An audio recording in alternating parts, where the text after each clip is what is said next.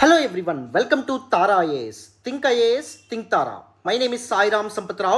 ఎలా ఉన్నారు అందరూ? ఈ రోజు the Hindu news paper analysis లో మనం మాట్లాడుకునే మొదటి ఆర్టికల్ చూడండి అమ్మా. The title of this particular article says The New Justitia and Reimagining Justice. One of the very interesting articles appeared in the Hindu newspaper today, and it was actually authored by Mr. Shailesh Kumar, who was a lecturer in law at University of London. Through this particular article, our author, Mr. Shailesh, want to discuss about something called the New Justitia. What do you mean by Justitia? It is actually the personification of justice, the Lady of Justice ga manam cheppడం అనేది జరుగుతుంది. October 2024, former Chief Justice of India D.Y. Chandrachud unveiled this new statue of Lady of Justice. And on this occasion he said, justice will no longer be blind. It sees everyone equally. ఇక మీదట న్యాయం అనేటటువంటిది గుడ్డిది కాదు, ప్రతి ఒక్కరిని సమానంగా ధర్మబద్ధంగా చూడబోతుంది అని చెప్పి ఆయన చెప్పడం అనేది జరిగింది. And this act of unveiling new statue for lady of justice appreciated by many, whereas some critics came up with their own criticism backed with their own logic, own rationality, own arguments. Don't worry, I will be explaining this particular article in a very simple manner. I will simplify this particular article for you. I will deconstruct this particular article for you. I will decode this particular article for you. Stay with me for the next 15 to 20 minutes. You will understand everything that you need to know about the New Justitia. But let me tell you, one interesting thing happened in one of our neighboring countries, Bangladesh. August 2024. చాలా మంది అల్లరి ముక్కలు కలిపి Bangladesh supreme కోర్టులో ఉన్నటువంటి this lady of justice ఏదైతే ఉందో ఆ స్టాట్యూని కంప్లీట్గా డెమాలిష్ చేయడం అనేటువంటి జరిగింది. While some sections of people in India actually appreciating, actually celebrating the inauguration of this new Justitia, the personification of justice, the lady of justice, but while in another country, that is Bangladesh, the very statue of Lady of Justice was actually demolished. So now that you must understand that this symbol of justice, this statue of Lady of Justice was not just merely a statue, but it actually symbolizes something. This Justitia or Lady of Justice అనేటువంటి ఈ శిల్పం ఏదైతే ఉందో అది కేవలం ఒక statue మాత్రంగా చూడాలా, చూడకూడదు. One must understand the message that it is trying to deliver. అది మాత్రం అర్థం చేసుకోవాలి. సో కొత్తగా రూపొందించబడినటువంటి the symbol of lady of justice ఏదైతే ఉందో అది కేవలం ఒక కొత్త విగ్రహమేనా, లేకపోతే the very principle of justice ఏదైతే ఉందో దాన్ని రీఇమాజిన్ చేయడంలో, దాన్ని ఆల్టర్ చేయడంలో, ద ప్రాసెస్ ఆఫ్ జస్టిస్ డెలివరీని చేంజ్ చేయడంలో దాని యొక్క పాత్ర ఏదైతే ఉందో అది మనం అర్థం చేసుకోవాలి. So with this let's delve deep into this particular article. First I will be talking about the historical depiction of justice, the personification of justice historically ఏ విధంగా ఎవాల్వ్ అవ్వడం అనేది జరిగిందో మాట్లాడతారు. దాని తర్వాత I will be talking about the Indian context. దాని తర్వాత let us try to understand significance of this new Justitia, కొత్తగా వచ్చినటువంటి న్యాయదేవత విగ్రహం ఏదైతే ఉందో, శిల్పం ఏదైతే ఉందో దాని యొక్క ఇంపార్టెన్స్ ఏదైతే ఉందో దాని గురించి మనం మాట్లాడదాం. What exactly was the message that is trying to deliver అనేటువంటిది మనం డిస్కస్ చేసే ప్రయత్నం చేద్దాం. Later, let us try to understand what exactly did the critics say about this new Justitia, new symbol of Lady of Justice. పూర్తి స్థాయిలో తెలుసుకుందాం. తర్వాత this particular topic కి సంబంధించినటువంటి ఒక యూపీఎస్సీ మెయిన్స్ క్వశ్చన్ ఏదైతే ఉందో దాన్ని కూడా డిస్కస్ చేసే ప్రయత్నం చేద్దాం. జాగ్రత్తగా అటెన్షన్ పే చేసి వినండి, మీకు క్లియర్గా దిస్ పర్టికులర్ టాపిక్ అనేది అర్థమవుతుంది. పూర్తి స్థాయిలో ఎక్స్ప్లెయిన్ చేస్తాను. So first up let us look at the context of this particular article. నేను ఆల్రెడీ చెప్పాను, అక్టోబర్ 17వ తారీఖు 2024న then Chief Justice of India or 50th Chief Justice of India Mr. D.Y. Chandrachud unveiled a new Justitia, new Lady Justice statue ఏదైతే ఉందో దాన్ని unveil చేయడం అనేటువంటి జరిగింది. మరి ముందున్న దానికి ఇప్పుడున్న దానికి తేడా ఏంటి ఫస్ట్ గమనించేటటువంటి ప్రయత్నం చేద్దాం. చూడండి, సో ఇది పాతది, రైట్ సైడ్ ఉన్నటువంటిది ఏదైతే ఉందో ఇది కొత్తది.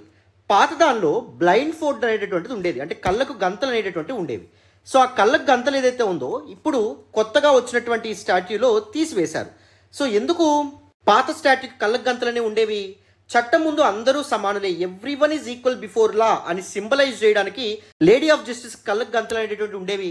బట్ ఈ కొత్త న్యూ జస్టిషియాని ఇనాగరేట్ చేస్తూ, అన్వీల్ చేస్తూ మన D.Y. చంద్రచూడ్ గారు ఏం చెప్పారు అంటే, justice will no longer be blind, it will see everyone equally అని చెప్పి ప్రతి ఒక్కరిని సమానంగా చూస్తుంది ఇకపై అని చెప్పి చెప్పడం అనేది జరిగింది.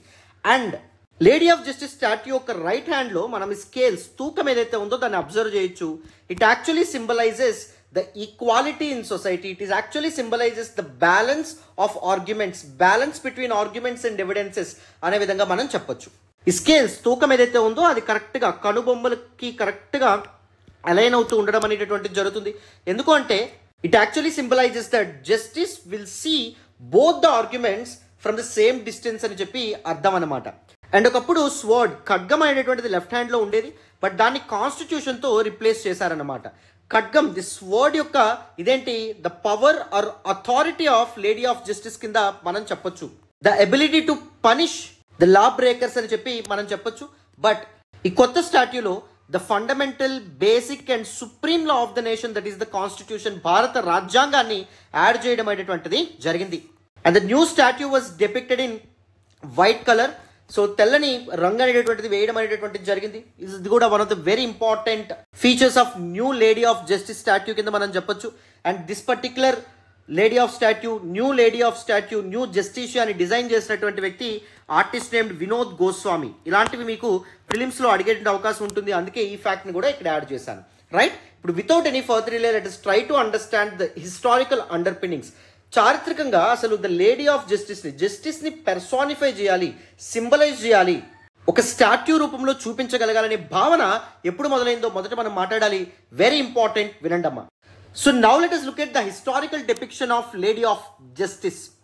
So the roots of the concept of Lady of Justice statue ఏదైతే ఉందో that goes back to classical age.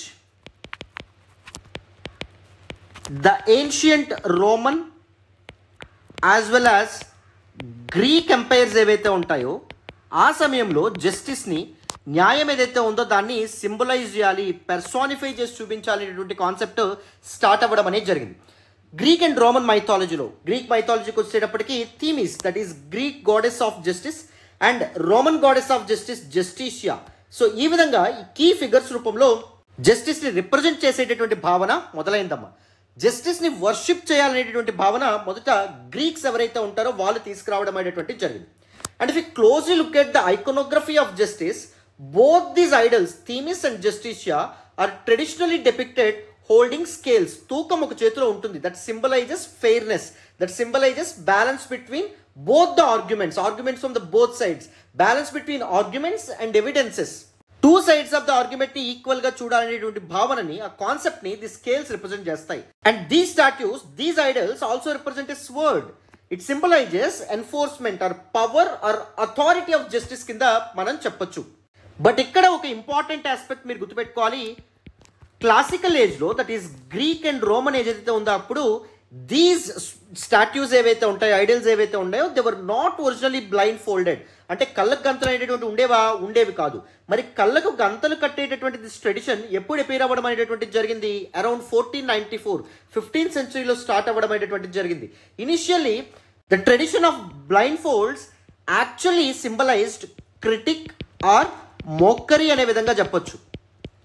The corrupt practices in judicial system, the corrupt practices in justice delivery ఏదైతే ఉందో దాన్ని సింబలైజ్ చేయడానికి బ్లైండ్ ఫోల్డ్స్ ఏవైతే ఉంటాయో వాటిని తీసుకురావడం అనేది జరిగింది.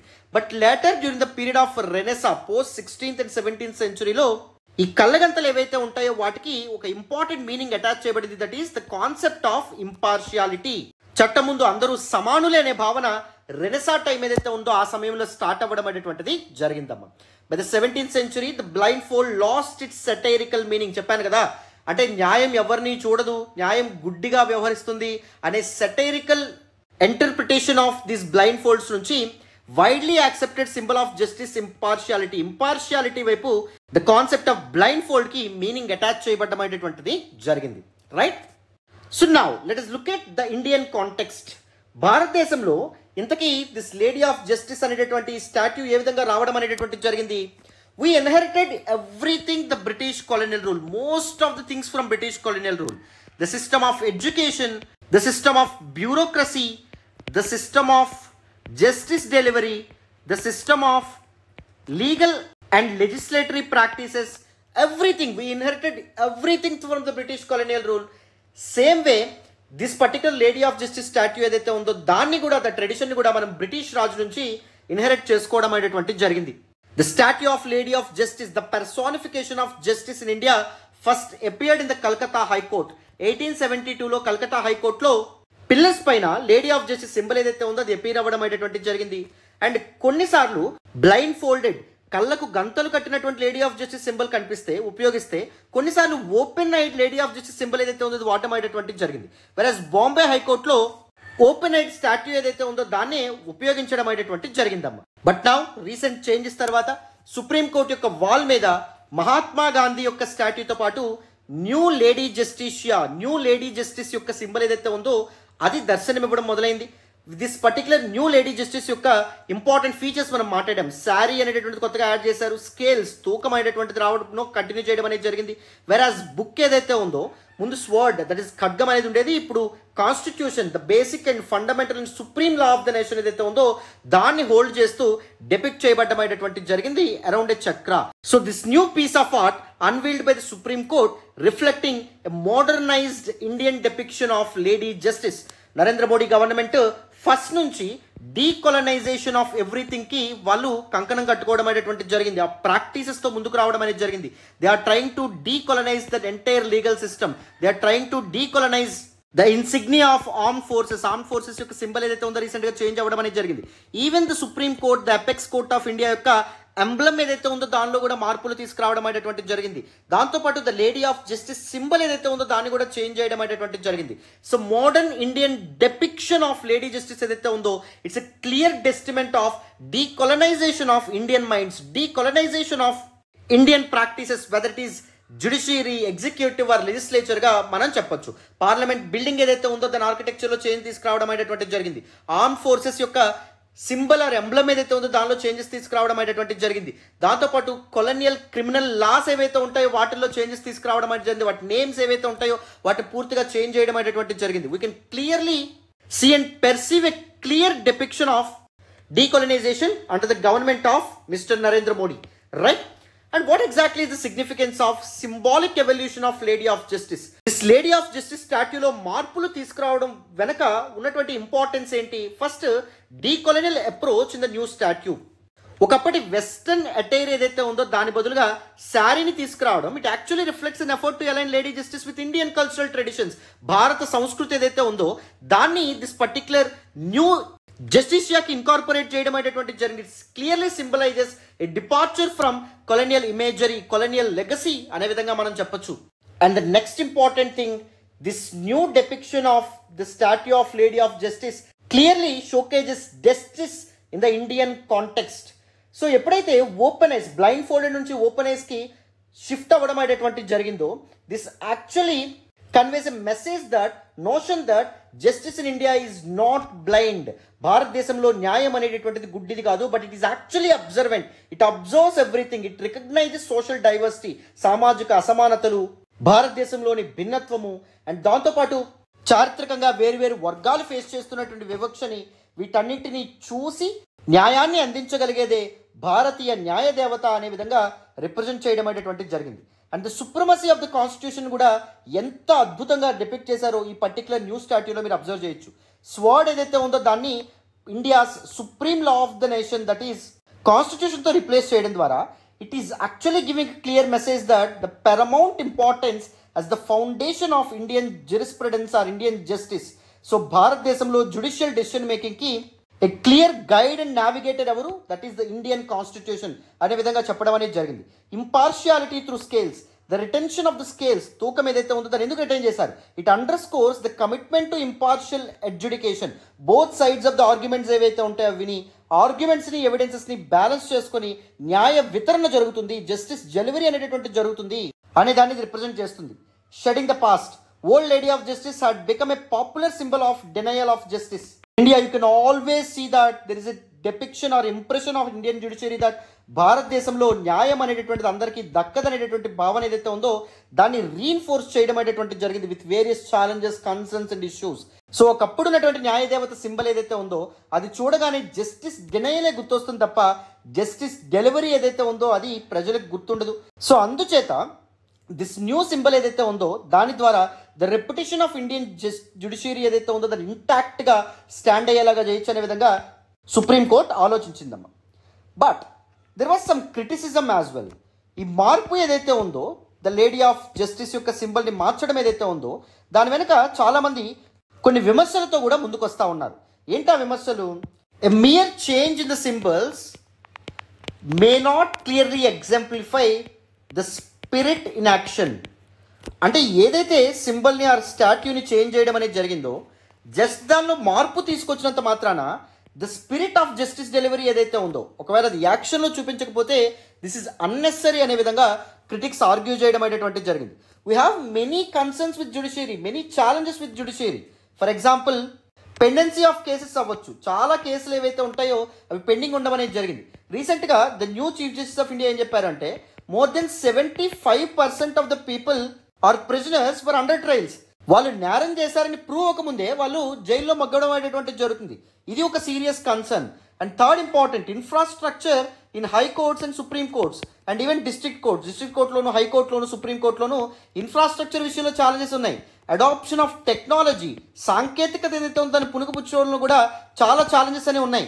Inclusion of women in higher judiciary, supreme court chief justice విషయంలో కానీ జడ్జెస్ విషయంలో కానీ మహిళలు ఎవరైతే ఉంటారో వాళ్ళకి సమాన ప్రాతినిధ్యం ఉంటుందా? అందనటువంటి పరిస్థితి. All the sections of society నుంచి ఈక్వల్ రిప్రజెంటేషన్ ఉంటుందా? ఉండనటువంటి పరిస్థితి. రైట్, దీస్ మెనీ ఛాలెంజెస్ ఉన్నాయి. ఈవెన్ యాక్సెస్ టు జస్టిస్, న్యాయం అనేటటువంటిది అందరికీ అందేటటువంటి విధంగా ఇండియాలో ఉందా? ద ఎంటైర్ జ్యుడిషియల్ ప్రాక్టీసెస్ ఏవైతే ఉన్నాయో they meant to be very complex. వాటిని సామాన్యుడు అర్థం చేసుకోగలుగుతున్నాడా? జ్యుడిషియల్ ఎడ్యుకేషన్ మీద అందరికీ అవగాహన అనేటువంటిది ఉంటుందా? ఉండనటువంటి పరిస్థితి. These many challenges, concerns and issues ఉన్నాయి. వీటిని రిజాల్వ్ చేయడం మానేసి జస్ట్ సింబాలిక్ చేంజ్ ఏదైతే ఉందో it may not yield the intended objective or outcome అనే విధంగా కొంతమంది చెప్పడం అనేటువంటిది జరిగింది.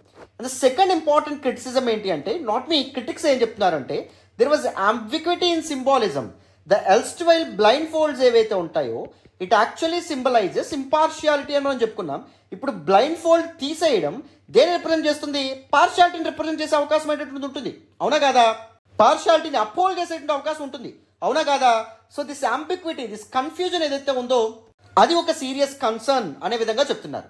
అండ్ దాంతోపాటు బ్లైండ్ ఫోల్డ్ ఎందుకు తీసాము అంటే to symbolise, to depict justice will no longer be blind, it sees everyone equally అనే విధంగా చెప్పడం అనేది జరిగింది. But the concept of equality cannot be equated to equity. అందరినీ సమానంగా చూస్తే ఎలా అవుతుంది? సమానుల్ని సమానంగా చూడాలి, అసమానుల్ని అసమానంగా చూడాలి. అవునా కదా? Equals should be treated equally, unequal should be treated unequally, isn't it? So అందరినీ సమానంగా చూస్తే ఏమవుతుంది? కొంతమంది డిసడ్వాంటేజ్కి గురయ్యేటటువంటి అవకాశం అనేటువంటిది ఉంటుంది. ఎందుకంటే హిస్టారికల్ ఇంజస్టిస్ ఉంది ఇండియాలో. డైవర్సిటీ ఏదైతే ఉందో that pave the way for significant disadvantages, significant discrimination towards some sections of the society. So అందుకే బ్లైండ్ ఫోల్డ్స్ని తీసివేసినటువంటి పద్ధతి ఏదైతే ఉందో అది సరైనది కాకపోవచ్చు అని చెప్పి కొంతమంది క్రిటిక్స్ చెప్తున్నారు. నేను చెప్పట్లేదు, కొంతమంది క్రిటిక్స్ చెప్తున్నారు.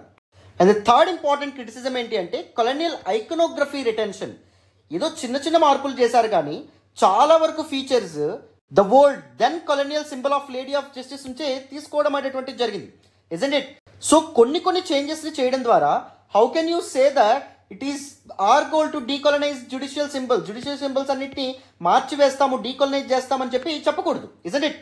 ఎందుకంటే మీరు కంప్లీట్గా రీవ్యాంప్ చేశారా, కంప్లీట్గా ఆల్టర్ చేశారా, కంప్లీట్గా చేంజ్ చేశారా అంటే చేయలేదు అని కొంతమంది వాదిస్తారు. And potential for new discrimination, కొత్తగా తీసుకొచ్చినటువంటి మార్పుల ద్వారా కొత్తగా కొన్ని వివక్షాపూరితమైనటువంటి ట్రెడిషన్స్ ఆర్ ప్రాక్టీసెస్ స్టార్ట్ అవ్వచ్చు అని చెప్పి చెప్తున్నారు. And the guise of inclusivity, సమ్మిళత్వం అనేటటువంటి పేరుతో సోషల్ ఇన్ఈక్వాలిటీస్ని, ఎక్స్క్లూజన్ని రీఇన్ఫోర్స్ చేసేటటువంటి ప్రయత్నం చేయకూడదు అని చెప్పి చెప్తున్నారన్నమాట. ఎందుకంటే నేను చెప్పాను కదా, అందరినీ ఈక్వల్గా చూడడం అనేటువంటిది జస్టిస్ అంటే కాదు. ఈక్విటబుల్ డిస్ట్రిబ్యూషన్ ఆఫ్ రిసోర్సెస్ అనేటువంటిది వెరీ ఇంపార్టెంట్. సమానుల్ని సమానంగా చూడడం, అసమానుల్ని అసమానులుగా చూడడం అనేటువంటిది very very important in Indian context అని చెప్పి మన ఆథర్ ఎవరైతే ఉన్నారో అతను చెప్తున్నారు. And lack of consensus on redefinition. చాలా మంది యొక్క కన్సర్న్ ఏంటి అంటే దిస్ మేజర్ సింబాలిక్ చేంజెస్ ఏవైతే ఉన్నాయో they were implemented without adequate public or academic consultation. ప్రజల నుంచి కానీ, స్కాలర్స్ నుంచి కానీ, ఫార్మర్ జడ్జెస్ లేదా లా మేకర్స్ వీళ్ళందరి నుంచి సజెషన్స్ అండ్ రికమెండేషన్స్ తీసుకుని ఈ కొత్త మార్పులు చేశారా అంటే చేయలేదు. సో ఆర్బిట్రరీగా యూనిలేటరల్గా వాళ్ళకి నచ్చినట్టు ఈ కొత్త స్టాట్యూ ఏదైతే ఉందో దాన్ని తీసుకురావడం అనేది జరిగింది. ఏదైతే ట్రాన్స్పరెన్సీని, ఇంపార్షియాలిటీని, ఈక్వాలిటీని ఈ కొత్తగా వచ్చినటువంటి స్టాట్యూ రిప్రజెంట్ చేస్తుంది అనే వాదన ఏదైతే ఉందో దాని మీద చాలా క్వశ్చన్స్ తలెత్తినాయి. ఎందుకంటే అందరినీ ఇన్వాల్వ్ చేశారా, ఇంక్లూజివ్గా అందరి యొక్క సజెషన్స్ తీసుకోలా. కొంతమంది మాత్రం ఆర్బిటరీగా దీన్ని తీసుకురావడం అనేది జరిగింది. అండ్ ఇలా ఆర్బిటరీగా తీసుకొచ్చినటువంటి ఒక కొత్త స్టాట్యూ, ఒక కొత్త ఐడియల్, ఒక కొత్త symbol, how can it symbolise inclusivity, transparency and impartiality అని చెప్పి కొంతమంది క్రిటిక్స్ ఎవరైతే ఉన్నారో వాళ్ళు వాదిస్తూ ఉన్నారు. రీసెంట్గా సుప్రీంకోర్టు బార్ కౌన్సిల్ కూడా సేమ్ అదే రిప్రజెంటేషన్ సుప్రీంకోర్టుకు అందజేయడం అనేటువంటి జరిగింది. మమ్మల్ని ఎవరిని సంప్రదించకుండా ఈ కొత్త మార్పులు తీసుకొచ్చారు అనే విధంగా వాళ్ళు వాదించడం అనేటువంటి జరిగింది. ఆర్గ్యుమెంట్స్ని ముందుకు తీసుకెళ్లడం అనేటువంటిది జరిగింది. These are the arguments against this new depiction of lady of జస్టిస్గా మనం చెప్పొచ్చమ్మా. మనం బోత్ సైడ్స్ ఆఫ్ ద కాయిన్ని డీటెయిల్డ్గా కాంప్రహెన్సివ్గా డిస్కస్ చేసాం. Not only the arguments mentioned in this particular op-ed article, beyond the editorial కూడా మనం వెళ్ళి చాలా డీటెయిల్గా కాంప్రహెన్సివ్గా డిస్కస్ చేసుకున్నాం. ప్రతి ఒక్కరికి ఇది అర్థమైంది అనుకుంటున్నాను. ఇప్పుడు మెయిన్స్ క్వశ్చన్ ఏదైతే ఉందో దాన్ని డిస్కస్ చేసే ప్రయత్నం చేద్దాం. ఈ పర్టికులర్ టాపిక్ మీద మెయిన్స్ క్వశ్చన్ అనేది ఎపేర్ అయితే ఏ విధంగా వస్తుందో చూద్దాం. చూడండి. సో మెయిన్స్ క్వశ్చన్ చూడండి. Discuss how colonial influences shaped the legal and cultural iconography in India with specific reference to the symbol of Lady Justice. So this lady justice or Justitia యొక్క symbol, దాని యొక్క evolution గురించి first డిమాండ్లో రాస్తారు.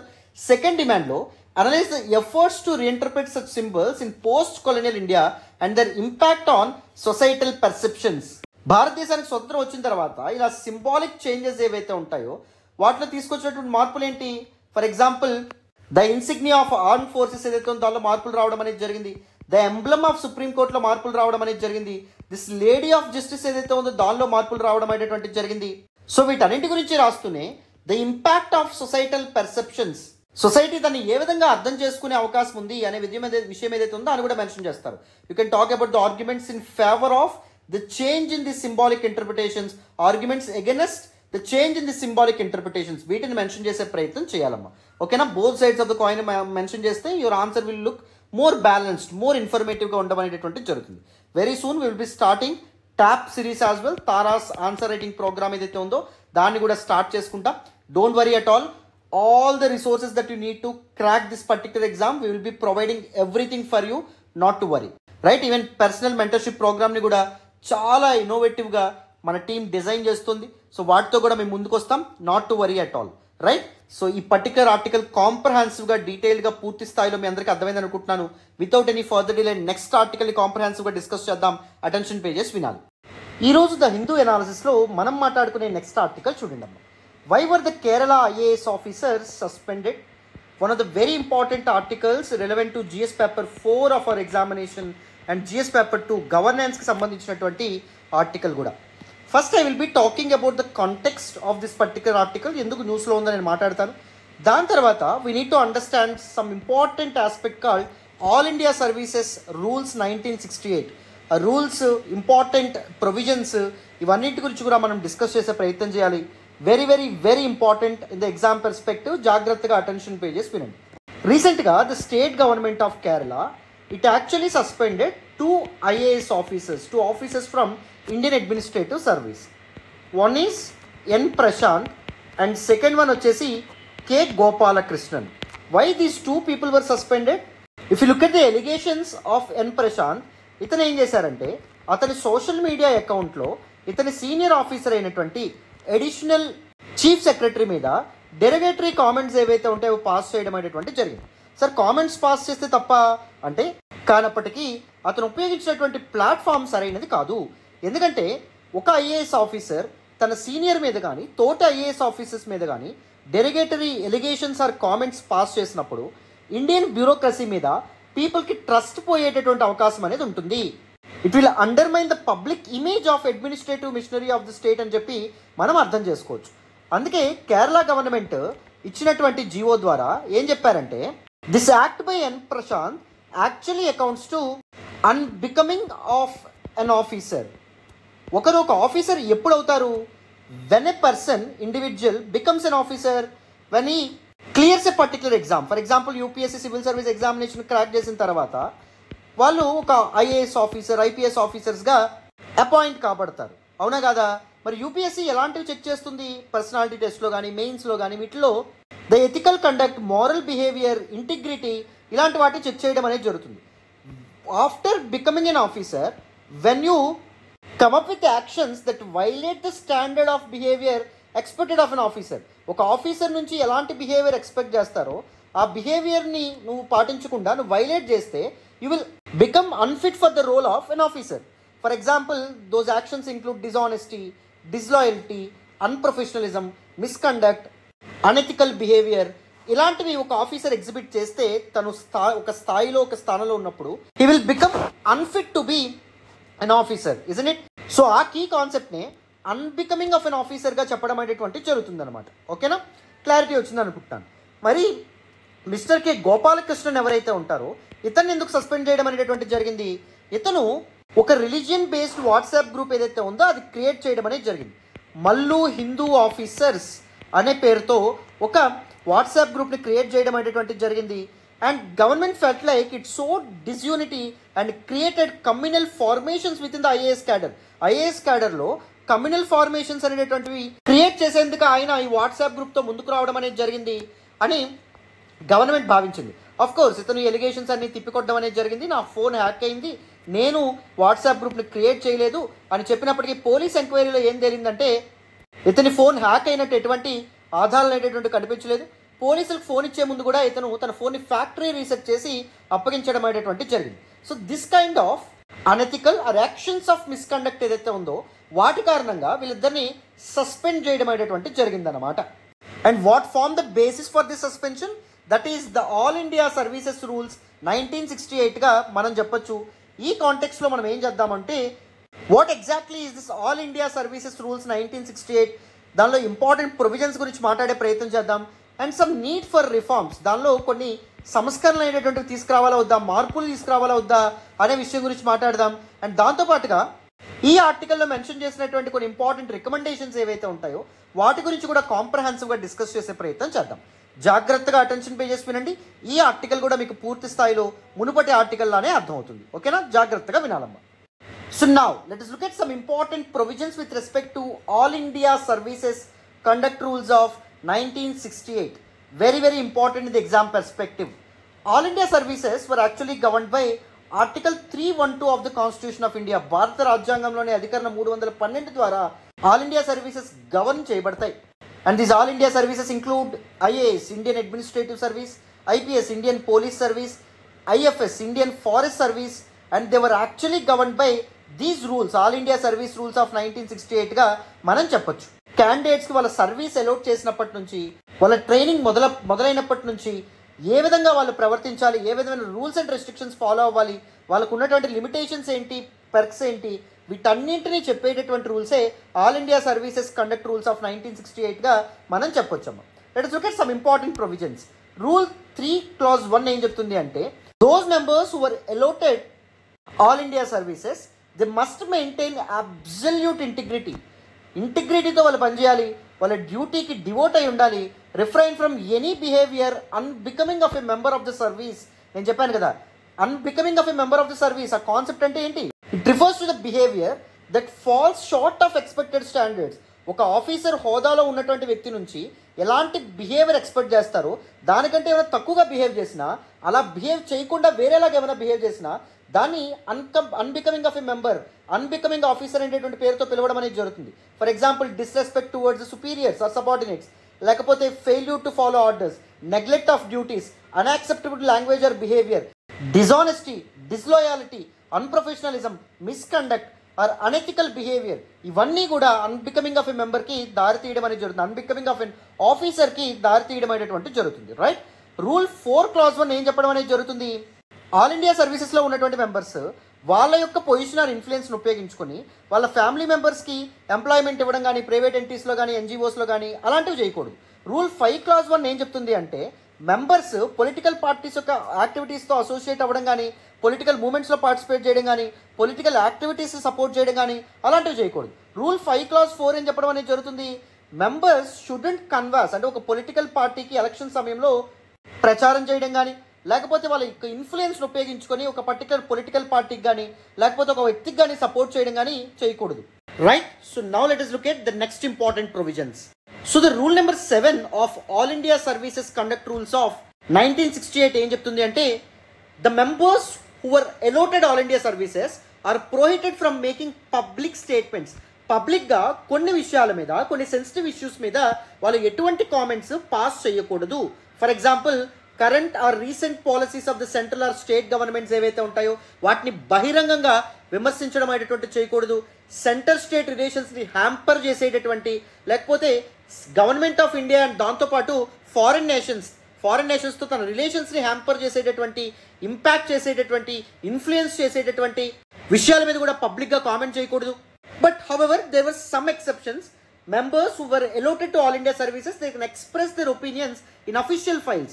వాళ్ళు government policy మీద ఏవైనా recommendations చేయాలన్నా, ఛాలెంజెస్ ఆర్ కన్సర్న్స్ గురించి చెప్పాలన్నా అఫీషియల్ ఫైల్స్లో వాళ్ళ ఒపీనియన్స్ ఏవైతే ఉంటాయో వాటిని గవర్నమెంట్ దృష్టికి తీసుకెళ్లొచ్చు. అండ్ దాంతోపాటు వాళ్ళ job related matters, specific issues like unemployment, poverty, sanitation, access to education, ఇలాంటి విషయాల మీద మీడియాతో ఎప్పుడు మాట్లాడొచ్చు. That is no problem. And the rule number 11 ఏం చెప్తుంది అంటే prohibition on dowry. Those people who were allotted these All India Services, they shouldn't give, take or abet the giving or taking of dowry. So వాళ్ళు కట్నం ఇవ్వకూడదు, కట్నం తీసుకోకూడదు, కట్నం తీసుకోవచ్చు అని చెప్పి ఎవరిని ఎంకరేజ్ చేయకూడదు. పెళ్లి కూతురు ఫ్యామిలీ నుంచి డైరెక్ట్గా కానీ ఇండైరెక్ట్గా కానీ కట్నాన్ని డిమాండ్ చేస్తే దానికి కూడా శిక్షార్హులు అవ్వడం అనేటువంటి జరుగుతుంది. నెసరీ యాక్షన్ వాళ్ళ మీద తీసుకోవడం అనేటువంటి జరుగుతుంది. Rule number 11 talks about the acceptance of gifts. All India services allot కాబడినటువంటి మెంబర్స్ ఎవరైతే ఉన్నారో వాళ్ళు దగ్గర బంధువులు కానీ, క్లోజ్ ఫ్రెండ్స్ కానీ వాళ్ళ దగ్గర నుంచి మాత్రమే, అది కూడా స్పెసిఫిక్ అకేషన్స్లో మాత్రమే గిఫ్ట్స్ అనేటువంటి యాక్సెప్ట్ చేయాలి. ఈవెన్ ఆ గిఫ్ట్ యొక్క కాస్ట్ 25,000 రూపాయల కంటే ఎక్కువ అయితే తప్పకుండా గవర్నమెంట్కి ఆ గిఫ్ట్ గురించి రిపోర్ట్ చేయాలి. So these were some important rules and restrictions mentioned in All India Services Conduct Rules of 1968.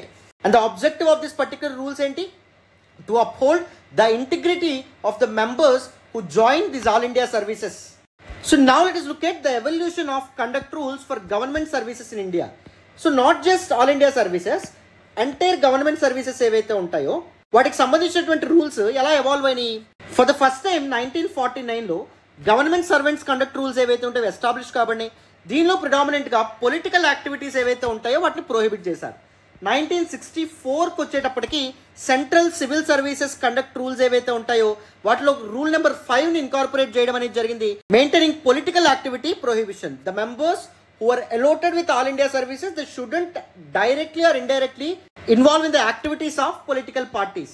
1968లో మొత్తాన్ని ఈ రూల్స్ అన్ని కోడిఫై చేయడం అనేది జరిగింది. All India services conduct rules adopt rule 5 solidifying restrictions across services. So just like all India సర్వీసెస్లో ఉండే members లాగానే all the government servants ఎవరైతే ఉన్నారో they were prohibited to involve in any political యాక్టివిటీగా రూల్ తీసుకురావడం అనేటువంటిది జరిగిందమ్మా. But recently the dynamics of Indian bureaucracy or civil services change అవుతూ రావడం అనేది జరుగుతుంది కదా. సో దాన్ని బేస్ చేసుకొని we must acknowledge that there is a clear need for reforms. There are clear gaps in implementing all these rules అని చెప్పి మనం అర్థం చేసుకోవచ్చు. Why there was need for reforms, ఎందుకు సంస్కరణలు రావాలి, what were some important concerns or challenges. First one, ambiguity, confusion in the rule on unbecoming conduct. The definition for this very term unbecoming conduct ఏదైతే ఉందో it is very confusing. It was not clear at all, isn't it? కన్ఫ్యూజ్డ్గా ఉండడం అనేది జరిగింది. అంటే what actions account to unbecoming officer conduct అనేది ఏ పనులు అనేటటువంటివి ఒక ఆఫీసర్ యొక్క ఎక్స్పెక్టెడ్ బిహేవియర్ కంటే తక్కువగా కన్సిడర్ చేయబడతాయి అనే క్లియర్ డెఫినేషన్ అనేది ఉందా, లేనటువంటి పరిస్థితి. దిస్ రూల్ ఏదైతే ఉందో it is very vague, unclear and it is open to misuse as well. So honest and sincere officers ఎవరైతే ఉంటారో వాళ్ళకి వ్యతిరేకంగా ఈ రూల్ని ఆర్బిటరీగా ఉపయోగించే అవకాశం అనేటటువంటిది ఉంటుందన్నమాట. రైట్, అది ఒక ఛాలెంజ్, అదొక serious issue. Lack of specific guidelines on social media use. So ఇప్పుడు సోషల్ మీడియా విపరీతంగా ర్యాంపెంట్గా వాడుకలోకి రాబడుతుంది. Everyone along with civil servants social media వాడుతున్నారు. మరి సోషల్ మీడియాని ఏ విధంగా వాడచ్చు అనే గైడ్ లైన్స్ ఏమైనా స్పెసిఫిక్గా మెన్షన్ చేశారా ఎక్కడైనా? లేనటువంటి పరిస్థితి. There are no explicit rules define what type of content is permissible for officers to post or share on social media platforms. అది ఒక serious concern. Changing nature of public communication. In recent times social media అనేటటువంటి ఒక powerful communication టూల్గా మారడం అనేది జరిగింది. So in order to establish a balance between transparency as well as responsibility, పారదర్శకత and దాంతోపాటు గవర్నమెంట్ సర్వెంట్స్కి ఉన్నటువంటి బాధ్యతలు ఏవైతే ఉన్నాయో ఈ రెండింటి బ్యాలెన్స్ చేసే విధంగా రూల్స్ అనేటటువంటి అప్డేట్ చేయాల్సిన అవసరం ఎంతైనా ఉంది. Next, potential misuse of rules by senior officers. Senior officials junior officers ఎవరైతే ఉంటారో వాళ్ళ మీద వ్యతిరేకంగా వాళ్ళకి ఇబ్బంది పెట్టడానికో లేకపోతే కష్టపెట్టడానికో ఈ రూల్స్ ఏవైతే ఉన్నాయో, దిస్ కన్ఫ్యూజింగ్ అండ్ అంబిగ్వియస్ రూల్స్ ఏవైతే ఉంటాయో వాటిని ఉపయోగించే అవకాశం ఉంటుంది, ఈ రూల్స్ని మిస్యూజ్ చేసే అవకాశం ఉంటుంది. Because the scope of this rules were not clearly defined. అదొక సీరియస్ కన్సర్న్, జాగ్రత్తగా గమనించాలి. So now let us look at what can be done. What were some important recommendations given in this particular article? డీటెయిల్డ్గా మాట్లాడే ప్రయత్నం చేద్దాం. We need to create specific rules for social media use. So social media ఒక powerful tool of public కమ్యూనికేషన్గా recent టైమ్స్లో evolve అవుతుంది కాబట్టి social media usage పైన క్లియర్ గైడ్ లైన్స్ ఏవైతే ఉంటాయో వాటితో ముందుకు రావడం very important. Second, illustrative list for unbecoming conduct. అంటే అన్బికమింగ్ కండక్ట్ అనేటువంటి దిస్ పర్టిక్యులర్ సినారియో ఏదైతే ఉందో దాని స్కోప్ని పర్ఫెక్ట్గా డిఫైన్ చేయాలి. What all actions come under unbecoming conduct అనే విషయాన్ని పూర్తి స్థాయిలో పర్ఫెక్ట్గా డిఫైన్ చేసేటటువంటి ప్రయత్నం చేయాలి. In order to reduce the ambiguity, confusion and to ensure transparency and fairness in enforcement. Encouraging responsible anonymity. Officers social media ఉపయోగించేటటువంటి విధానం ఏదైతే ఉందో దాన్ని పర్ఫెక్ట్గా డిఫైన్ చేసే ప్రయత్నం చేయాలి. పబ్లిక్ ఇనిషియేటివ్స్ మీద మాట్లాడేటటువంటి వెసులుబాటు ఏవైతే ఉంటాయో అది ఆఫీసర్స్కి కూడా కలగజేయాలి. అప్పుడే those who actually involve in day to day administration of governance, పరిపాలనలో పూర్తి స్థాయిలో భాగస్వాములైనటువంటి డెసిషన్ మేకింగ్ రోల్స్ ఉన్నటువంటి ఆఫీసర్స్ ఎవరైతే ఉంటారో వాళ్ళ యొక్క స్కాలర్లీ ఒపీనియన్స్, వాళ్ళ యొక్క వ్యూస్ పీపుల్ కూడా అర్థం చేసుకోగలుగుతారు. Safe guards against misuse. Senior officials junior officers మీద ఈ రూల్స్ను ఉపయోగించుకొని ప్రతీకారం తీర్చుకోవడం కానీ ఇబ్బంది పెట్టేటటువంటి కార్యక్రమాలు జరగకుండా సిన్సియర్ అఫీషియల్స్ ఎవరైతే ఉంటారో వాళ్ళని కాపాడే విధంగా రూల్స్ ఏవైతే ఉంటాయో వాటిని అప్డేట్ చేయాలి. And the last one, the rules should be updated in such a way that the balance between transparency and neutrality should be established, should be safeguarded. All the officers ఎవరైతే ఉంటారో వాళ్ళు ట్రాన్స్పరెంట్గా communicate చేసే విధంగా వెసులుబాటు ఉండాలి. And దాంతోపాటు the spirit of neutrality or constitutional values ఏవైతే ఉంటాయో వాటిని డ్యామేజ్ చేసేటటువంటి, అండర్మైన్ చేసేటటువంటి యాక్షన్స్ ఏవైతే ఉంటాయో వాటిని లిమిట్ చేస్తూ రూల్స్ అనేటటువంటి అప్డేట్ చేయాల్సిన అవసరం ఎంతైనా ఉంది. Right? So this particular topic ఏదైతే ఉందో దీన్ని మీరు ఎథిక్స్లో కేస్ స్టడీ కిందనే ఉపయోగించవచ్చు. అండ్ గవర్నెన్స్లో కూడా మీకు చాలా చక్కగా ఈ ఆర్టికల్ ఏదైతే ఉందో ఉపయోగపడుతుంది. అండ్ ఎస్పెషల్లీ పబ్లిక్ అడ్మినిస్ట్రేషన్లో ఎవరైతే ఆప్షనల్ తీసుకుంటారో వాళ్ళకు కూడా దిస్ పర్టిక్యులర్ టాపిక్ చాలా చాలా ఉపయోగపడుతుందమ్మా. రైట్? అందరికీ డీటెయిల్డ్గా కాంప్రహెన్సివ్గా దిస్ పర్టిక్యులర్ టాపిక్ అర్థమైందని అనుకుంటున్నాను. Without any further delay next ఆర్టికల్ని డిస్కస్ చేద్దాం. జాగ్రత్తగా అటెన్షన్ పేజెస్ వినాలి, మీకు క్లియర్గా ద నెక్స్ట్ ఆర్టికల్ కూడా అర్థమవుతుంది. ఈరోజు ద హిందూ ఎనాలిసిస్లో మనం మాట్లాడుకునే నెక్స్ట్ ఆర్టికల్ చూడండి. A devastating blow to global climate efforts. One of the most important articles authored by two important people. One is Sujata Bhairavan, second one Sudhir Chellarajan. Those two were professors from Chennai. And this particular article is relevant to GS paper 3 of your examination. Environment and ecology ki sambandhinchina article. GS paper 2 international relations ki sambandhinchinatuvanti article kuda.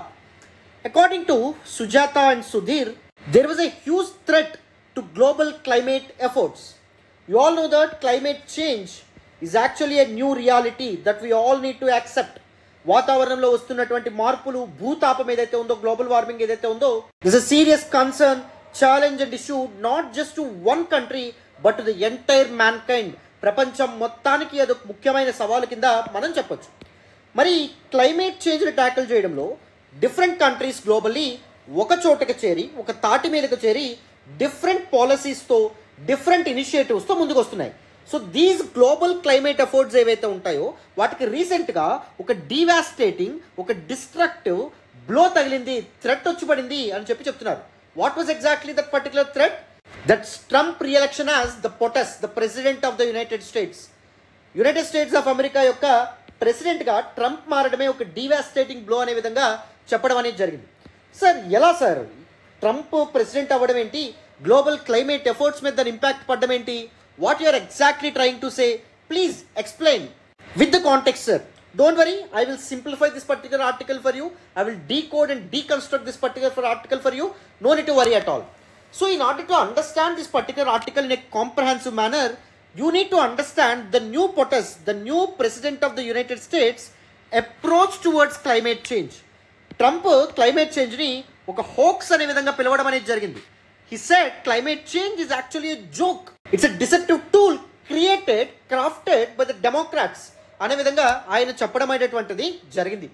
So ఆ విధమైనటువంటి ధోరణి, ఆ విధమైనటువంటి ఆలోచన ఉన్నటువంటి Trump ఎప్పుడైతే present global climate ఎఫర్ట్స్ని lead చేస్తున్నటువంటి ఒక కంట్రీ యొక్క లీడర్గా మారడం అనేది జరిగిందో, ప్రెసిడెంట్గా ఎన్నికవ్వడం అనేటువంటి జరిగిందో, that can be a serious threat, that can be a serious challenge, that can be a serious impediment for global climate efforts అనే విధంగా మన authors Sujatha and Sudhir చెప్తున్నారన్నమాట.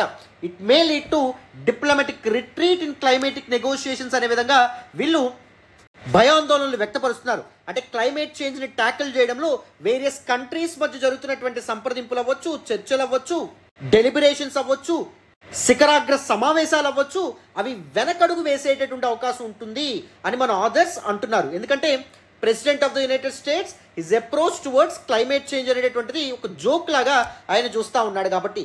And there can be a possibility that Trump may withdraw from Paris agreement. So last presidency టైంలో ఈయన ఇలాంటి signals కూడా pass చేయడం అనేది జరిగింది. Paris agreement one of the significant global climate effort to tackle climate change and global warming and greenhouse gas emissions. Carbon ఉద్గారాలు ఏవైతే ఉంటాయో వాటిని కట్ డౌన్ చేయడంలో గ్లోబల్ కంట్రీస్ అన్ని ఒక తాటి మీదకి రావాలి అని స్టాండర్డైజ్ చేసినటువంటి one of the very important అగ్రిమెంట్సే ప్యారిస్ అగ్రిమెంట్. గ్లోబల్ రైజింగ్ టెంపరేచర్స్ని ప్రీ ఇండస్ట్రియల్ లెవెల్స్తో పోలిస్తే, అంటే ఇండస్ట్రియల్ రెవల్యూషన్ పారిశ్రామిక విప్లవానికి ముందున్నటువంటి టెంపరేచర్తో పోలిస్తే కేవలం 1.5 డిగ్రీ సెల్సియస్ మాత్రమే పెరగాలి. అంతకంటే ఎక్కువ పెరిగితే అది భూతాపానికి తర్వాత సుదీర్ఘమైనటువంటి వాతావరణ మార్పులకు దారితీస్తుంది. క్లైమేట్ చేంజ్ ఇండ్యూస్డ్ డిజాస్టర్స్ ఏవైతే ఉంటాయో వాటికి కారణం అవుతుంది అని చెప్పి ప్యారిస్ అగ్రిమెంట్ అవుట్లైన్ చేయడం అనేటువంటిది జరిగింది. అండ్ ట్రంప్ క్లైమేట్ ఎఫర్ట్స్కి దూరంగా ఉండమే కాదు, ట్రంప్ తన పవర్ని ఇన్ఫ్లుయెన్స్ చేసేటటువంటి, పవర్ని ఎగ్జర్ట్ చేసేటటువంటి గ్లోబల్ సౌత్ మీద కూడా, గ్లోబల్ సౌత్ యొక్క పాలసీస్ మీద కూడా దాని ఇంపాక్ట్ పడే అవకాశం ఉంటుంది, ఇన్ఫ్లుయెన్స్ పడే అవకాశం ఉంటుంది. ట్రంప్ దారిలోనే గ్లోబల్ సౌత్ కంట్రీస్ ఏవైతే ఉంటాయో అవి నడుచుకునేటువంటి అవకాశం ఉంటుంది. That can B A further serious threat అనే విధంగా మన ఆథర్స్ చెప్తున్నారన్నమాట. అండ్ ఇంకొక ఇంపార్టెంట్ థ్రెట్ ప్రాజెక్ట్ 2025 నుంచి ఉంది అని చెప్పి కూడా మన ఆథర్స్ అంటున్నారు. What was exactly this project 2025? It was actually a right-wing wish list or Republican wish list developed by the Heritage Foundation, which was a right-wing think tank. So, Americalo, this Republican-backed or this right-wing Republicans-backed think tank అయినటువంటి this heritage foundation ఏదైతే ఉందో అది 2025లో మేము ఏం చేయబోతున్నామో అధికారంలోకి రాగానే అనే దీంతో కొన్ని రాడికల్ ఐడియాస్తో కలిపి ప్రాజెక్ట్ 2025 తీసుకురావడం అనేది జరిగింది. దీనిలో క్లైమేట్ ఎఫర్ట్స్ ఏవైతే ఉంటాయో వాటికి సంబంధించినటువంటి ఫండ్స్, నిధులు ఏవైతే ఉంటాయో వాటిని కట్ డౌన్ చేయడం కూడా లక్ష్యంగా పెట్టుకోవడం అనేది జరిగింది, ఒక ఎజెండా కింద పెట్టుకోవడం అనేది జరిగింది. ఒకవేళ నిజంగా అదే జరిగితే ఆల్ ద ఫ్యూచర్ ఎన్విరాన్మెంటల్ లెజిస్లేషన్స్లో గ్రీన్ హౌస్ గ్యాస్ ఎమిషన్స్ అనేటటువంటి కాన్సెప్టే లేకుండా ఉండే అవకాశం అనేటటువంటిది ఉంటుంది.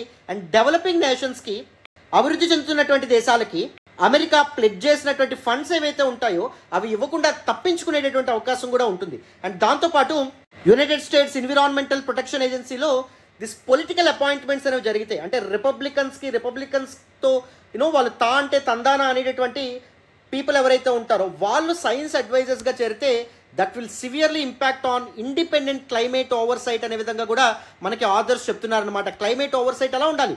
పొలిటికల్లీ ఇండిపెండెంట్గా ఉండాలి. రాజకీయ పార్టీల యొక్క ప్రయోజనాలు కానీ వాళ్ళ యొక్క ఇంట్రెస్ట్ ఏవైతే ఉంటాయో దానికి వ్యతిరేకంగా, దానికి దూరంగా పారదర్శకంగా ఫార్ములేట్ చేయబడాలి. కానీ పొలిటికల్ పార్టీసే ఈ సైన్స్ అడ్వైజర్స్ నియమిస్తే వాళ్ళు ఏం చెప్తే అది చేసేటటువంటి విధంగా వీళ్ళు ఉండే అవకాశం ఉంటుంది, పాలసీస్ కూడా తెచ్చే అవకాశం అనేటటువంటిది ఉంటుంది. ఫ్యూచర్లో గ్రీన్ సబ్సిడీస్ ఏవైతే ఉంటాయి, ప్రెజెంట్ అమెరికన్ గవర్నమెంట్ ఇస్తున్నటువంటి గ్రీన్ సబ్సిడీస్ని ఎండ్ చేసే అవకాశం ఉంటుందంటే best practices, climate friendly practices follow అవుతున్నటువంటి కంపెనీస్కి కొన్ని సబ్సిడీస్ యూఎస్ గవర్నమెంట్ ఇస్తుంది, దాన్ని కంప్లీట్గా ఎండ్ చేసే అవకాశం ఉంటుంది. So that climate disinformation and misinformation ఏదైతే ఉందో అది ఫ్యూచర్ జనరేషన్స్కి వెళ్ళే అవకాశం అనేది ఉంటుంది. అంటే క్లైమేట్ చేంజ్ ఒక మిత్, ఒక జోక్ అనేటటువంటి కాన్సెప్ట్స్ ఏవైతే ఉంటాయో, లీడర్సే అలాంటి ఆలోచనలు ఉన్నారనుకోండి, పీపుల్ మాసెస్కి కూడా ఆ విధమైనటువంటి ఆలోచన వెళ్ళే అవకాశం అనేటటువంటిది ఉంటుంది. That may further intensify climate induce disasters అని చెప్పి మన ఆథర్స్ సుజాత అండ్ సుధీర్ చెప్తున్నారమ్మా. And authors also came up with a hard hitting fact. ఒక బలమైనటువంటి ఒక ఫ్యాక్ట్తో, ఒక ఒపీనియన్తో ముందుకొచ్చారు. ఏంటంటే these political parties, these political leaders ఉంటారు, ఉండరు. వాళ్ళు ఇన్ఫ్లుయెన్స్ చేసేటటువంటి పొలిటికల్ పాలసీస్ ఏవైతే ఉంటాయో అవి ఉంటాయి, ఉండకపోవచ్చు. కానీ climate change is real.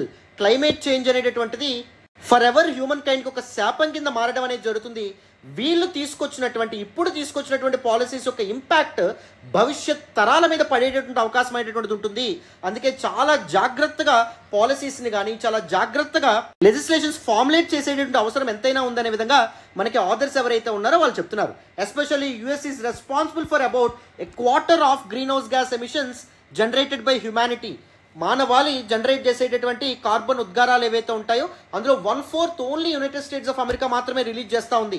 So అందుకు గ్లోబల్ క్లైమేట్ ఎఫర్ట్స్ ఏవైతే ఉంటాయో వాటిని సొలిడిఫై చేసే విధంగా, వాటిని కన్సాలిడేట్ చేసే విధంగా యుఎస్ యొక్క పాలసీస్ అనే ఉండాలి, డెసిషన్స్ అనే ఉండాలి.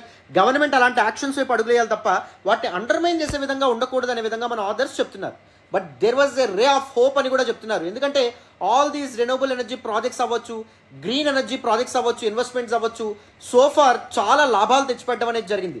America being a capitalist nation, లాభాపేక్ష కలిగినటువంటి పెట్టుబడిదారీ వ్యవస్థ ఉన్నటువంటి దేశం కాబట్టి లాభాల కోసం ఏదైనా చేసేటటువంటి పరిస్థితులు అమెరికాలో ఉంటాయి. కాబట్టి at least for profits from these renewable energy projects, అందుకోసమైనా రెన్యూవబుల్ ఎనర్జీ ఫేవరబుల్ లెజిస్లేషన్స్ వాళ్ళు తీసుకొచ్చే అవకాశం అనేటువంటిది ఉంటుందని కూడా మన ఆథర్స్ ఎవరైతే ఉన్నారో వాళ్ళు చెప్తా ఉన్నారమ్మా. అర్థమైందా? కంప్లీట్గా డీటెయిల్డ్గా Trump's election as POTUS president of the United States and its impact on global climate efforts according to our authors మీకు పూర్తి స్థాయిలో డీటెయిల్డ్గా కంప్లీట్గా అర్థమైంది అనుకుంటున్నాను. ఇప్పుడు without any further next article discuss చేద్దాం. అటెన్షన్ పేజెస్ వినాలి. ఈరోజు ద హిందూ అనాలిసిస్లో మనం మాట్లాడుకునే నెక్స్ట్ ఆర్టికల్ చూడండి అమ్మా. India and Nigeria will join hands to tackle terrorism, piracy, says Modi. One of the very important articles with respect to GS paper 2 international రిలేషన్స్కి సంబంధించినటువంటి very very important article. డీటెయిల్డ్గా ఈ ఆర్టికల్ కూడా explain చేసుకుందాం. జాగ్రత్తగా attention pages వినాలి. మెయిన్స్కి సంబంధించినటువంటి చాలా ఇంపార్టెంట్ ఆర్టికల్. రీసెంట్గా మన నరేంద్ర మోడీ గారు నైజీరియాకి తన 2 డే విజిట్లో భాగంగా చేరుకోవడం అనేది జరిగింది. అక్కడ నైజీరియన్ ప్రెసిడెంట్ కలుసుకొని బోత్ ఇండియా అండ్ నైజీరియా యొక్క కామన్ ఛాలెంజెస్ ఏంటి, how they can foster bilateral relations and in the large context West Africa face చేస్తున్నటువంటి ఇష్యూస్ ఏవైతే ఉంటాయి, ఇలాంటి చాలా విషయాలకు సంబంధించి మిస్టర్ మోడీ తన నైజీరియన్ కౌంటర్ పార్ట్తో డిస్కస్ చేయడం అనేటువంటిది జరిగిందమ్మా. So without any further delay the entire article ఏదైతే ఉందని కాంప్రహెన్సివ్గా డిస్కస్ చేద్దాం. జాగ్రత్తగా అటెన్షన్ పేజెస్ వినాలి, క్లియర్గా చెప్తాను. So first up let's look at the context of this particular article. Our Prime Minister Narendra Modi November 16th and 17th 2024 నైజీరియాను visit చేయడం అనేది జరిగింది. It marks significant diplomatic engagement between India and Nigeria. India and Nigeria ఇరు దేశాల మధ్య జరిగినటువంటి ఒక ముఖ్యమైనటువంటి దౌత్య సంబంధిత పర్యటనగా మనం చెప్పొచ్చు. This visit underscores the mutual interest of 2 large diverse democracies. అతిపెద్ద మరియు విభిన్నమైనటువంటి ఈ 2 ప్రజాస్వామ్య దేశాలు, వాటి యొక్క ఇంట్రెస్ట్, వాటి యొక్క ఛాలెంజెస్ అండ్ 2 దేశాల యొక్క ఆపర్చునిటీస్, అవకాశాల గురించి మాట్లాడుకోవడం జరిగింది. Especially governance, security and economic development గురించి సుదీర్ఘమైనటువంటి చర్చలు జరగడం అనేది జరిగింది, డెలిబరేషన్స్ జరగడం అనేది జరిగింది. So it is look at some important background of these relations between India and Nigeria. So both India and Nigeria share a history root in the Commonwealth. Both were once ruled by the British, and they have had decades of bilateral trade and political interaction. So ఇరు దేశాల మధ్య trade and దాంతోపాటు political relations కొన్ని డికేడ్స్గా, కొన్ని దశాబ్దాలుగా maintain చేస్తూ రావడం అనేది జరిగింది. And even Nigeria is India's largest trade partner in Africa with trade reaching $7.9 billion, investments estimated $27 billion. Of course ఇండియాకే ట్రేడ్ బ్యాలెన్స్ పాజిటివ్గా ఉంటుంది, నైజీరియాకి మన ఇండియా నుంచి ఎక్స్పోర్ట్స్ అండ్ ఇన్వెస్ట్మెంట్స్ చాలా ఎక్కువ. The Indian diaspora, especially the Igbo community in Nigeria, strengthens people-to-people relations. India soft power నైజీరియాలో ఉండడానికి Indian diaspora కూడా ఒక కారణం అనే విధంగా మనం చెప్పొచ్చు. Over 150 Indian companies they operate in Nigeria. They offer goods, services and employment to the people of Nigeria as well. మరి నైజీరియాతో cordial relations maintain చేయడం వల్ల ఇండియాకు ఉన్నటువంటి అడ్వాంటేజెస్ ఏంటి? ఫస్ట్, ఇండియన్ కంపెనీస్కి ఒక స్ట్రాటజిక్ మార్కెట్ ఏదైతే ఉందో అది దొరుకుతుంది across various sectors like pharmaceuticals, energy, infrastructure etcetera. And India's need for economic diversification as well. India తన ఇంపోర్ట్స్ కోసం వేరు దేశాల మీద డిపెండ్ అవ్వాలనుకుంటుంది, నాట్ జస్ట్ ఓన్లీ నువ్వు ఒక కంట్రీ మీద కాకుండా, ఎందుకంటే the geopolitics are changing on every day. ప్రతిరోజు జియో పాలిటిక్స్ ప్రపంచ రాజకీయాలు మారుతున్నటువంటి పక్షంలో ఎవరు ఎప్పుడు మిత్రులుగా ఉంటారు, ఎవరు ఎప్పుడు శత్రువులుగా ఉంటారో తెలియదు. అందుకే economic diversification will be very important for a country like India. So అందుకోసం ఆయిల్ వీటన్నిటి మీద కొన్ని కంట్రీస్, అరబ్ కంట్రీస్ లాంటి వాటి మీద డిపెండ్ అవ్వకుండా వెస్ట్ ఆఫ్రికన్ కంట్రీస్ మీద కూడా డిపెండ్ అయ్యే ప్రయత్నం ఇండియా చేస్తుంది. బదులుగా ఇండియా నైజీరియాకి technology, health, education and manufacturing విషయాల్లో హెల్ప్ చేయడం అనేటువంటి జరుగుతుంది. India has developed a foundation of trust and shared experience with నైజీరియాతో cordial relations over the decades మనం మెయింటైన్ చేసుకున్నాం. సో మన యొక్క ఎకనామిక్, కల్చరల్ అండ్ స్ట్రాటజిక్ టైస్ని ఆఫ్రికాలో ఎక్స్పాండ్ చేయాలంటే నైజీరియా ఒక గేట్వే కింద మనం చెప్పొచ్చు. మరి ఇప్పుడు let us look at the significance of India to Nigeria. నైజీరియాకి ఇండియా ఎందుకు ఇంపార్టెంట్ అది కూడా మనం మాట్లాడుకోవాలి. India offers a soft power advantage to cultural, educational and health care investments already well establish in నైజీరియాకి కావాల్సినటువంటి రిసోర్సెస్ని, ఎడ్యుకేషన్ని, హెల్త్ కేర్ ఇన్వెస్ట్మెంట్స్ ఇవన్నీ మనం ఇస్తున్నాం.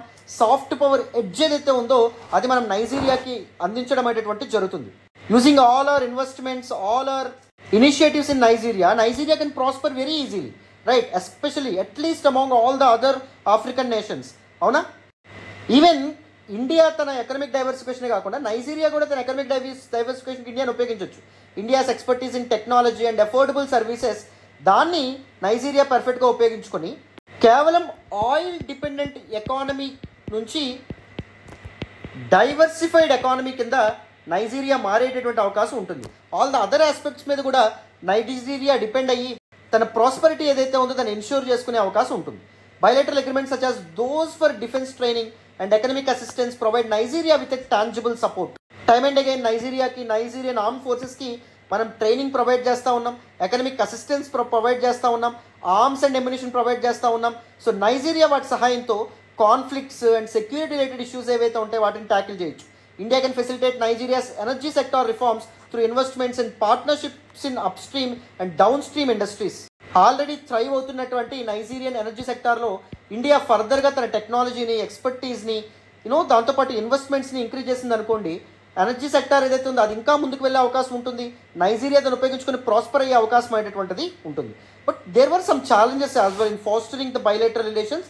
The first important being economic instability of Nigeria high inflation, విపరీతమైన ద్రవ్యోల్బణంతో ప్రాబ్లం ఫేస్ చేస్తుంది. కరెన్సీ డెప్రిసియేషన్తో ప్రాబ్లం ఫేస్ చేస్తుంది. కేవలం ఆయిల్ మీద, ఎనర్జీ సెక్టార్ మీద డిపెండ్ అయి ఉంది. So they are actually presenting posing some important challenges for the Indian investors in Nigeria. Political hurdles కూడా ఉండమనేది జరిగింది. సెక్యూరిటీ ఆఫ్ నైజీరియా సరిగ్గా లేకపోవడం, చాలా conflicts, law and order instabilities, వాటి ద్వారా బిజినెస్ ఆపరేషన్స్ అనేటటువంటి కాంప్లెక్స్గా మారుతున్నాయి.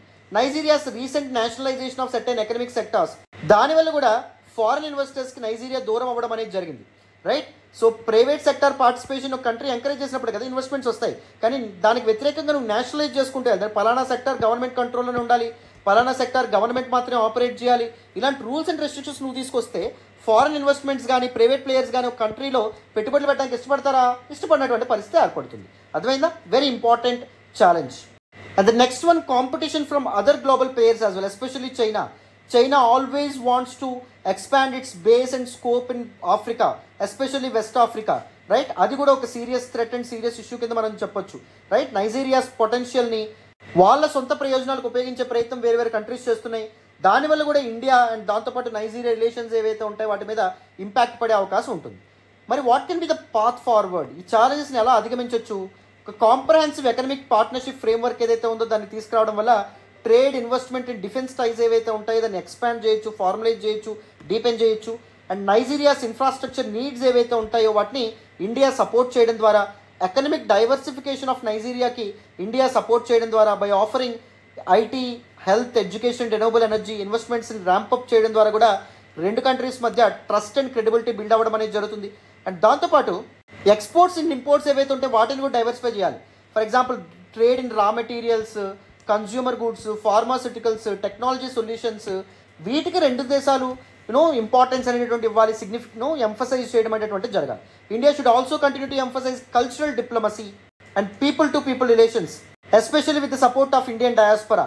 అక్కడ సెటిల్ అయినటువంటి భారతీయులు ఎవరైతే ఉంటారో వాళ్ళ యొక్క సపోర్ట్తో సాఫ్ట్ పవర్ ఇన్ఫ్లుయెన్స్ ఏదైతే ఉందో దాన్ని మెయింటైన్ చేసే ప్రయత్నం చేయాలి India. And more frequent high level interactions, deliberations ఏవైతే ఉంటాయో వాటి వల్ల కూడా రెండు కంట్రీస్ మధ్య మొమెంటమ్ అనేటటువంటిది స్టార్ట్ అవుతుంది. ఆల్ ది ఎకనామిక్ కన్సర్న్స్ని కలిసి కొలాబరేటివ్గా ట్యాకిల్ చేసే అవకాశం అనేటటువంటిది ఉంటుంది. అవునా? So India world's largest democracy by population today and Nigeria 2050కి సెకండ్ లార్జెస్ట్ డెమోక్రసీగా మారబోతోంది. సో బోత్ ద నేషన్స్ కలిసి వర్క్ చేస్తే with mutual cooperation sustainable future సాధ్యపడడం అనేది జరుగుతుంది. గ్లోబల్ సౌత్ యొక్క development, prosperity and all the developing nations యొక్క యాస్పిరేషన్స్ ఫుల్ఫిల్ చేయడంలో కూడా ఈ రెండు కంట్రీస్ మధ్య రిలేషన్స్ ఒక ఎగ్జాంపుల్ కింద మారడం అనేటువంటిది జరుగుతుంది.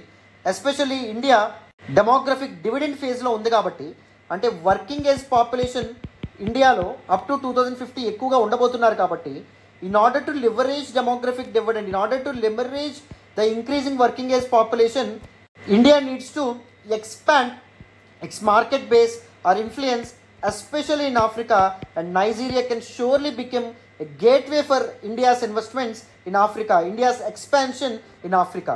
Right? కంప్లీట్గా డీటెయిల్డ్గా పూర్తి స్థాయిలో కాంప్రహెన్సివ్గా మీకు ఈ ఆర్టికల్ కూడా అర్థమైందని అనుకుంటున్నాను. ఇప్పుడు without any further delay next ఆర్టికల్ని డిస్కస్ చేద్దాం. జాగ్రత్తగా అటెన్షన్ పేజెస్ వినండి అమ్మా. ఈరోజు ద హిందూ అనాలిసిస్లో మనం మాట్లాడుకునే నెక్స్ట్ ఆర్టికల్ చూడండి అమ్మా.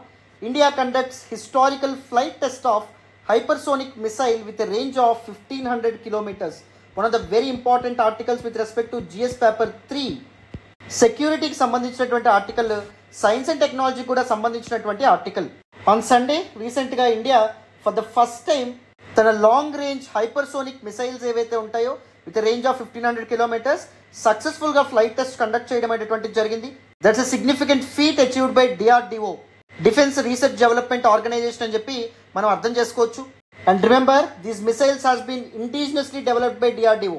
100% మన దేశంలోనే మనం తయారు చేసుకోవడం అనేది జరిగింది.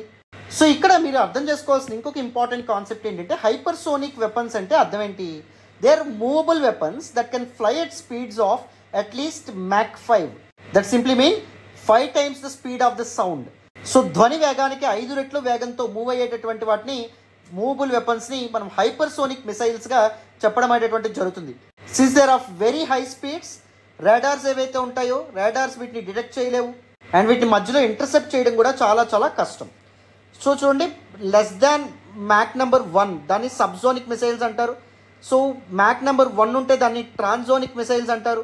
1 కంటే ఎక్కువ ఉంటే సూపర్ సోనిక్ మిసైల్స్ అంటారు. అండ్ 5 కంటే ఎక్కువ ఉంటే హైపర్సోనిక్ మిసైల్స్గా చెప్పడం అనేటువంటిది జరుగుతుంది. Mach number 5 అంటే అర్థం ఏంటి? 5 times the speed of the sound. Mach number 1 అంటే అర్థం ఏంటి?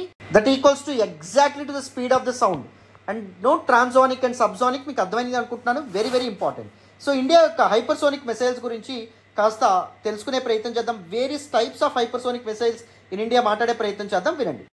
So India's ballistic and cruise missiles చూడండి. ఎస్పెషల్లీ మన న్యూక్లియర్ స్టేషన్స్ అండ్ రిసోర్సెస్ ఏవైతే ఉంటాయో వాటిని చైనా అండ్ పాకిస్తాన్ నుంచి కాపాడుకోవడానికి ఈ మిసైల్స్ ఏవైతే ఉంటాయో వాటి మీద మనం ఇన్వెస్ట్ చేస్తూ ఉంటాం.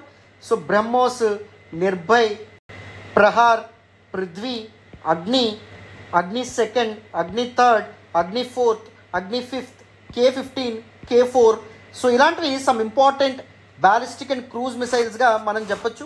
అఫ్ కోర్స్ ఈ PDF నేను ఎలాగో మన టెలిగ్రామ్ ఛానల్లో అప్లోడ్ చేస్తాను. ఒకసారి దాని నుంచి డౌన్లోడ్ చేసుకుని once go through all these aspects. ఓకేనా? So without any further next article discuss చేద్దాం. జాగ్రత్తగా అటెన్షన్ పేజెస్ వినాలి. క్లియర్గా ద నెక్స్ట్ ఆర్టికల్ కూడా మీకు అర్థమవుతుంది. సో ఈరోజు ద హిందూ అనాలిసిస్లో మనం మాట్లాడుకునే నెక్స్ట్ ఆర్టికల్ చూడండి అమ్మా. Kalinga will be scientific name for Kalinga sarpa. One of the very important articles relevant to GS paper 3 of your examination. Species in news చాలా చాలా ఇంపార్టెంట్. నేను వీలైతే వైష్ణవి మేడంతో కానీ లేకపోతే యామిని మేడంతో అవ్వచ్చు weekly species in news series, weekly places in news series start చేసే ప్రయత్నం చేస్తాను. సో దట్ మీకు చాలా చక్కగా కరెంట్ అఫైర్స్ కాంప్రహెన్సివ్గా కవర్ అవుతాయి. Without any further delay this particular ఆర్టికల్లోకి వెళ్దాం, వినండి. వెస్టర్న్ ఘాట్స్లో కనిపించేటటువంటి కింగ్ కోబ్రా, దానికి కళింగ సర్ప అని పేరుంది. కన్నడ లిటరేచర్లో ఈ పేరు అనేటటువంటిది విరివిగా వాడబడింది. దానికి రీసెంట్గా సైంటిఫిక్ నేమ్ కాళింగ అనే సైంటిఫిక్ నేమ్ ఇవ్వబడిందమ్మా. ఓకేనా? అఫీషియల్లీ ఓఫియోఫాగస్ కాళింగ అనే పేరు దిస్ స్పీసీస్ ఆఫ్ కింగ్ కోబ్రాకి ఇవ్వబడ్డమైనటువంటి జరిగింది. I hope you all know that king cobra నాగుపాములు అని చెప్పడం అనేది జరుగుతుంది. వాటి యొక్క హ్యాబిటేట్ గమనిస్తే it spread across south and south east Asia, దక్షిణ ఆసియా మరియు తూర్పు దక్షిణ ఆసియా ప్రాంతాల్లో కింగ్ కోబ్రా ఎక్కువగా మనకు కనిపించడం అనేటువంటి జరుగుతుంది. అండ్ మొన్నటి వరకు సైంటిస్ట్లో ఒక అజంప్షన్ ఉండేది ఏంటి, this king cobra belong to only 1 species అనేటటువంటి అజంప్షన్ అనేది ఉండేది. బట్ కానీ మిస్టర్ పి గౌరీ శంకర్ యొక్క ఎఫర్ట్స్ ద్వారా తెలిసింది ఏంటి అంటే there are 4 species of king cobra ఉన్నాయి. అందులో ఈ కాలింగా అనేటువంటిది ఒకటి. ఓఫియోఫోగస్ కాలింగా అనే సైంటిఫిక్ నేమ్ దానికి ఇవ్వబడ్డం అనేటువంటిది జరిగింది. And for the first time in 1836 1836లో మొట్టమొదటిసారిగా the broad spectrum of king cobra species ఏవైతే ఉన్నాయో they were named as ophiophagus hannah. Danish naturalist అయినటువంటి థియోడోర్ ఎడ్వర్డ్ కాంటర్ ఎవరైతే ఉన్నారో ఆయన ఈ పేరు ఇవ్వడం అనేటువంటి జరిగింది. అయితే తర్వాత జరిగినటువంటి extensive studies, sampling studies, DNA mapping ద్వారా 4 other important king cobra species అనేటువంటివి వేరియస్ రీజియన్స్లో బయటపడడం అనేది జరిగింది. Western Ghats, Indo Chinese king cobra, Indo Malaysian king cobra, and దాంతోపాటు లుజాన్ ఐలాండ్ ఆఫ్ ఫిలిప్పీన్స్లో ఉన్నటువంటి అతి పెద్ద ఐలాండ్ లుజాన్ ఐలాండ్. సో అక్కడ కూడా ఒక కింగ్ కోబ్రా స్పీసీస్ ఏదైతే ఉందో బయటపడడం అనేటువంటిది జరిగిందమ్మా. ఆఫ్ కోర్స్ ద వెస్టర్న్ ఘాట్స్లో కనిపించేటటువంటి దిస్ కింగ్ కోబ్రా స్పీసీస్ ఏదైతే ఉందో దానికి ఓఫియోఫోగస్ కాలింగా అనేటటువంటి పేరు ఇవ్వడం అనేటువంటిది జరిగింది. ప్రిలిమ్స్కి వెరీ వెరీ ఇంపార్టెంట్. ఈ పర్టికులర్ ఆర్టికల్ కూడా మీకు కాంప్రహెన్సివ్గా అర్థమైందని అనుకుంటున్నాను. Without any further delay next ఆర్టికల్ని డిస్కస్ చేద్దాం, వినండి. ఈరోజు ద హిందూ ఎనాలిసిస్లో మనం మాట్లాడుకునే నెక్స్ట్ ఆర్టికల్ చూడండి అమ్మా. Centre aims to make Andaman and Nicobar islands a tuna export hub. One of the very important articles with respect to GS paper 3 ఎకానమీకి సంబంధించినటువంటి ఆర్టికల్. గవర్నమెంట్ తీసుకొచ్చినటువంటి very very important initiative, one of the very important developments in the sphere of marine exports in India. So recent data prakaram 2023-24 data prakaram the export of tuna fish from India increased by 31.83%. Tuna fish ఎక్స్పోర్ట్స్లో మనం significant మైల్ స్టోన్ని గత సంవత్సరం చూడడం అనేటువంటిది జరిగింది. So India is trying to focus on this particular thing. India is trying to explore new areas to source one of the most commercially valuable fish that is tuna. So మన ఇండియాలో tuna అంతా ఇష్టపడకపోవచ్చు, కానీ other కంట్రీస్లో especially the western వరల్డ్లో tuna ఫిష్కి చాలా demand అనేది ఉంటుంది because it is actually very protein rich. The global tuna market చూస్తే ఇట్ వర్త్ $41.94 బిలియన్ అమ్మ.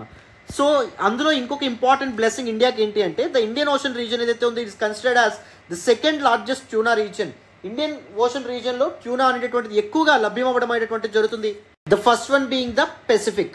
వరల్డ్స్ ట్యూనాలో 21% ఇండియన్ ఓషన్ రీజన్లోనే లభ్యం అవ్వడం అనేది దొరకడం అనేది జరుగుతుంది కాబట్టి India is trying to leverage this edge to support Indian maritime exports. According to the significant data from marine products export development authority, India 51,626 tons of ట్యూనాని 2023-24లో export చేయగలిగింది. దీన్ని ఇప్పుడు నెక్స్ట్ లెవెల్కి తీసుకెళ్ళాలి, significant improvement in the exports చూడాలి అని చెప్పి India అనుకుంటుంది. అందుకే the Andaman and Nicobar islands ఏవైతే ఉంటాయి దట్ పర్టికులర్ యూనియన్ టెరిటరీని ట్యూనా ఎక్స్పోర్ట్ హబ్గా తీర్చిదిద్దే విధంగా ఇండియా అండ్ దాంతోపాటు marine products export development authority కొన్ని ఇంపార్టెంట్ పాలసీస్ అండ్ కొన్ని ఇంపార్టెంట్ స్ట్రాటజీస్తో ముందుకు రాబోతుంది. ఈ కాంటెక్స్లో మనకు ప్రిలిమ్స్కి important marine products export development authority గురించి మాట్లాడే ప్రయత్నం చేద్దాం, జాగ్రత్తగా వినాలమ్మ. So let's look at marine products export development authority. It is actually a statutory body. Statutory body అంటే స్టాట్యూట్ అంటే ఒక చట్టం ద్వారా ఏర్పాటు చేసినటువంటి body, established by act of parliament during 1972 1972లో దీన్ని తీసుకురావడం అనేది జరిగింది. What exactly is it's primary task are objective? To promote the export of marine products యొక్క ఎక్స్పోర్ట్స్, ఎగుమతులు ఏవైతే ఉంటాయో పెంచడం. దీని యొక్క హెడ్ క్వార్టర్స్ కేరళలోని కొచ్చిలో ఉండమనేది జరిగింది. Trade promotion offices New Delhi, Tokyo and న్యూయార్క్లో ఉన్నాయన్నమాట. It comes under the ministry of commerce and industry, very very important. So చూడండి, marine products export development authority ఏదైతే ఉందో దీని యొక్క ఫంక్షన్స్ ఏవైతే ఉంటాయో వాటి గురించి మనం మాట్లాడదాం. First registration of fishing vessels, దాంతోపాటు processing plants, storage premises, transport conveyances, వీటి యొక్క రిజిస్ట్రేషన్ ఏదైతే ఉందో అవన్నీ ఎవరు రెగ్యులేట్ చేస్తారు? Marine products export development authority regulate చేస్తుంది. And regulation as well. So export standards regulate చేయడం అండ్ ఏ విధంగా ఎవరు ఎక్స్పోర్ట్ చేయాలని స్పెసిఫికేషన్స్ ఏవైతే ఉన్నాయో అవి తీసుకురావడం అండ్ దాంతోపాటు ఎక్స్పోర్ట్స్ని రెగ్యులేట్ చేయడం అండ్ దాంతోపాటు ఎక్స్పోర్టర్స్ ఎవరైతే ఉంటారో వాళ్ళు రిజిస్టర్ చేసుకోవడం, ఇది ఒక important thing. Conservation and management as well.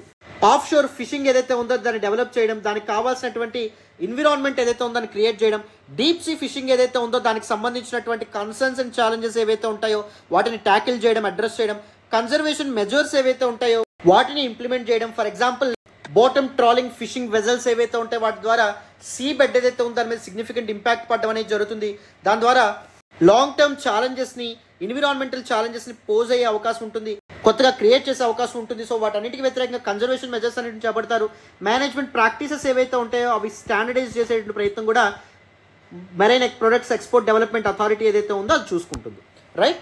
So these kind of important organisations very very very important in the exam perspective, especially for prelims. So కాంప్రహెన్సివ్గా వీటన్నిటిని అర్థం చేసుకోవడమా వెరీ వెరీ ఇంపార్టెంట్, రైట్?